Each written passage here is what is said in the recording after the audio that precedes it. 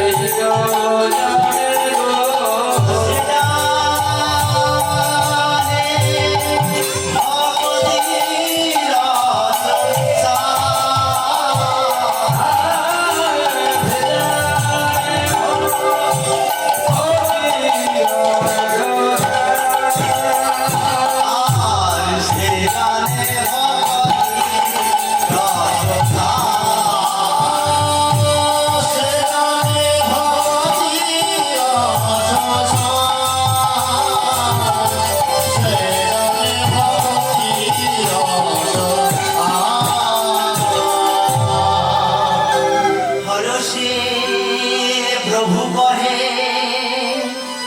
শোনো স্বরূপীরা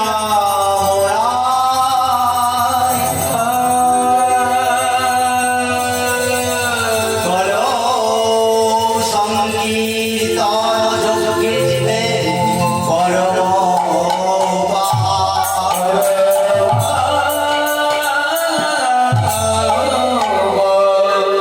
আরে নাই যজ্ঞ হইতে হয় কৃষ্ণ আরাধন, কৃষ্ণ আরাধন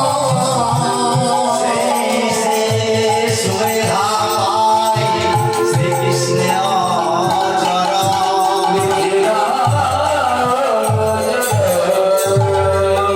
কুবুদ্ধি ছাড়িব শ্রবণ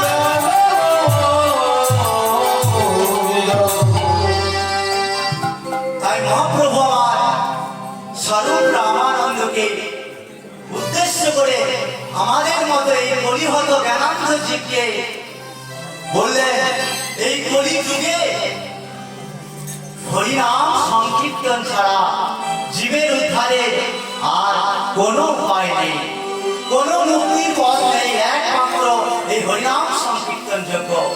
তাই তো আমার মহাপ্রভু বলে উঠলেন, হরে নাম হরে নাম হরে নাম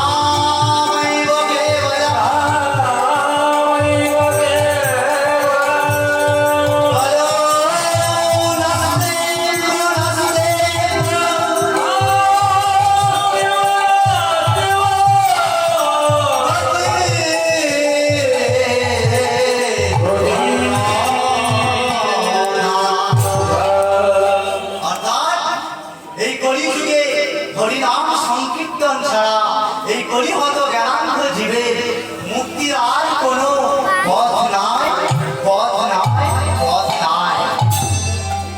তাই তো আমার মহাপ্রভু বললেন, দেখুন আমার দয়াল দয়াল প্রভু কি করলেন না এই কলিহত পাপিষ্ঠ জ্ঞানান্ধ জীবে যাতে সহজেই নাম নিতে পারে তার জন্য মহাপ্রভু আমার অতি সহজ উপায় করে দিলেন। কি করলেন না নাম নামকারী বহুধা নিজ সর্বসকৃত সিদ্ধ নিয়মিত সমর্পেণ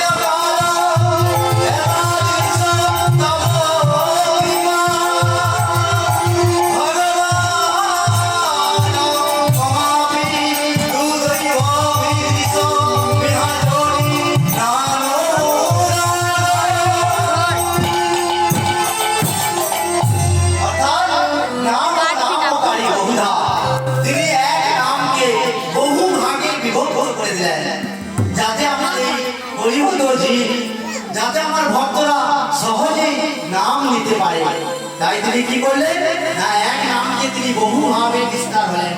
দেখবেন মা কেউ ভগবানকে ডাকতে ভালোবাসেন কৃষ্ণ নামে, আবার বিরাট যেমন গিরিধারী নামে ভগবানকে ডাকতে খুব ভালোবাসতেন। আবার কেউ ডাকেন মদন মোহন, কেউ ডাকেন গোবিন্দ, কেউ ডাকেন গোপাল। তো যার যে নামটা পছন্দ সে যদি একবার নয়ন বাড়ি দর্শন করে একবার যদি তনু মন প্রাণ উজাড় করে একবার যদি গোবিন্দ বলে ডাকতে পারে তাহলেই ভগবানের কৃপা হবে, এতে কোনো সন্দেহ নাই। আগেকার দিনে তাই মা বাবারা কি করতেন জানেন, ছেলে মেয়েদের নাম রাখতেন ঠাকুর দেবতার নামে, যেমন লক্ষ্মী, নারায়ণ, দুর্গা, সরস্বতী, এইসব নাম। মা কিন্তু এখন ওসব পুরনো হয়ে গেছে মা, এখন আর ওসব নাম চলে না। এখন সব স্টাইলিশ নাম, মডেলিং এর নাম, এই যান্ত্রিক সভ্যতার আলো স্পর্শে এই ইন্টারনেটের যুগে আর ওসব নাম চলে না। এখন কি নাম রাখেন জানেন, এখন নাম রাখেন বাবাই, অর্থাৎ অর্থাৎ আমরা নিজেরাই বাপকে ডেকে নিচ্ছি। বাপ বাইরে কেন দেখতে হবে। আবার কি নাম রাখছেন দেখুন, তাপাই অর্থাৎ তাপ আয়।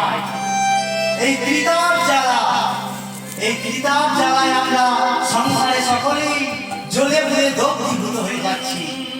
আচ্ছা মা এই ত্রিতাপ জ্বালা কি না, এই ত্রিতাপ জ্বালা হলো আদি দৈবিক, আদি ভৌতিক আর আদি আধ্যাত্মিক। আচ্ছা মা কেউ বুকে হাত দিয়ে বলুন তো যে আমি এই তিন তাপের জ্বালার বাইরে আছি। প্রত্যেকেই দেখুন শারীরিক, মানসিক, দৈবিক, প্রাকৃতিক কিছু না কিছু তাপের জ্বালায় দগ্ধীভূত হয়ে যাচ্ছে। তাই কেউ আমরা এই ত্রিতাপ থেকে সংসারের এই জ্বালাকে মুক্তি পাই না।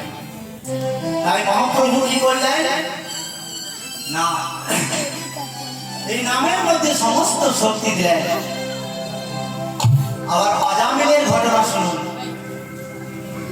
অজামিল কি হয়েছিল জানেন না, অজামিল ছিলেন এক ব্রাহ্মণ, কিন্তু ব্রাহ্মণ হলে কি হবে, তার ব্রাহ্মণের সমস্ত ধর্ম ভুলে সে কি করেছিল না এক চণ্ডালিনীকে বিবাহ করেছিল।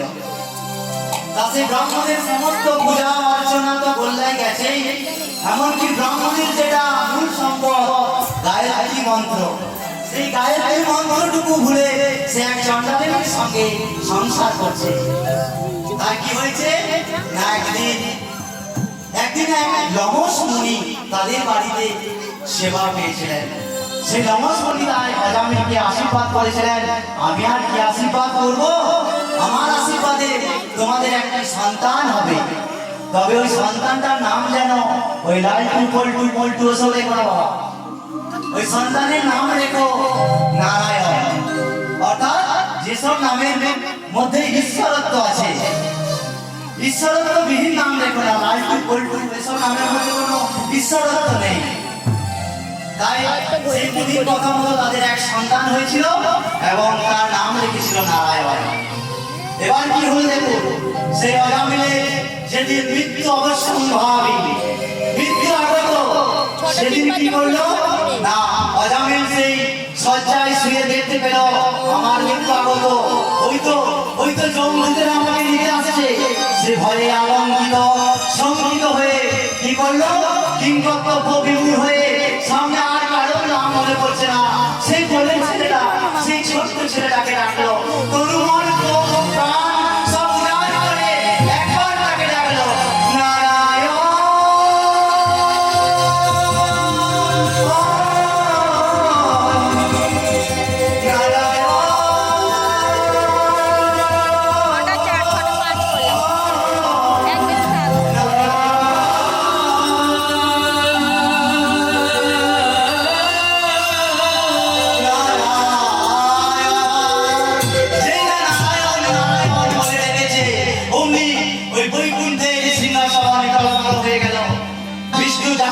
নিদ্রিত ছিলেন, জাগ্রত হয়ে গেলেন।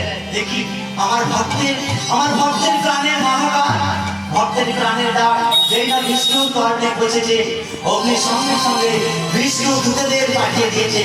বিষ্ণু দূতরা শঙ্খ চক্র গদা পদ্মধারী অজামিলের সামনে এসে উপস্থিত। আর অজামিলের সামনে যেই না উপস্থিত হয়েছে, অগ্নি এদিকে এসেছে। যমদূতেরা বড় বড় সেই ড্যামস কাঁধে নিয়ে, যমদূতেরা বড় বড় চেহারার মানুষ, এদিকে যমদূত আর এদিকে এসেছে বিষ্ণুদূত। সেই দুই দলের মধ্যে লড়াই হলো। তখন